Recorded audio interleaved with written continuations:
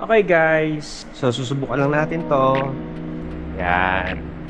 Susubukan ko sana ng ano eh. Ang tawag ba dyan? Kung mabubuksan yung gate dito. Oh. Ayun. Bukas din. Ew, bagal yun ako. Yan. So ikot-ikot lang tayo dito. Mas mabilis nga siya, no? Hindi, naka-sport mode lang tayo dito eh. Ito yung sikat na Red Iguana, guys. Ayun o. Yung ko. Medyo mainit. Diyan na sa GP nagpagawa ng ano eh. Nagpa-chain. Ay, parehistro. Ganda na sasakyan, no? Oops, si Daisy. Yan, dito tayo. Mga Repa Pips. Naka-record pa ba to? Yan. So, ikot-ikot lang. Ikot-ikot lang. Doon tayo sa likod. Wait lang, ha? Tignan ko nga itong ano ko.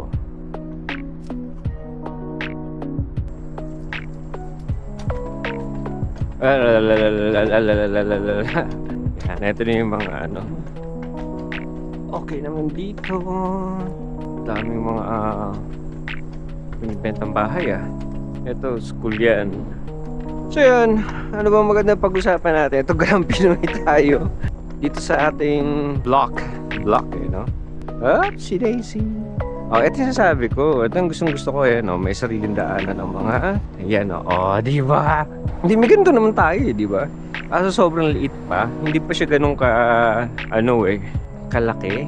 Tsaka kasi masyadong crowded na tayo sa, kaya yun. Passport lang tayo, hindi tayo nakasagada. Kaya, so 15 miles. Naka-ano ko 16? Tingin, slot kanan.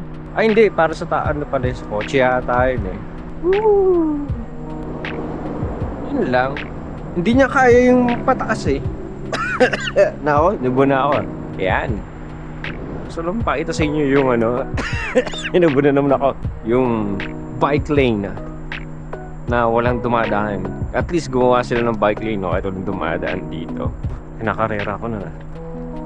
Mas mabilis siya sa kanya. Siyempre, mas malaki yung sa kanya. Hanggang 20 lang ako. Hindi, pabulin ko siya. Karera to. 500. Pustahan namin ito Nagtanguan kami. Tinanguan niya ako Kaya karera to. For sure.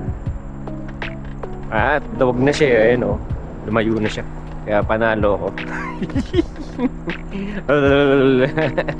Lubak-lubak.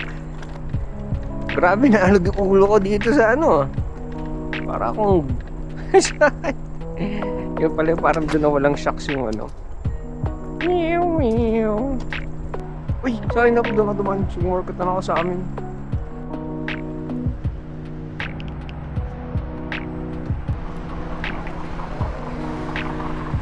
Yan na. Okay. Siyempre, doon na mabaho-baho. Saan tayo pumasok, di ba? Tayo naglilipat. So, yun. Kailangan talaga yung key fob.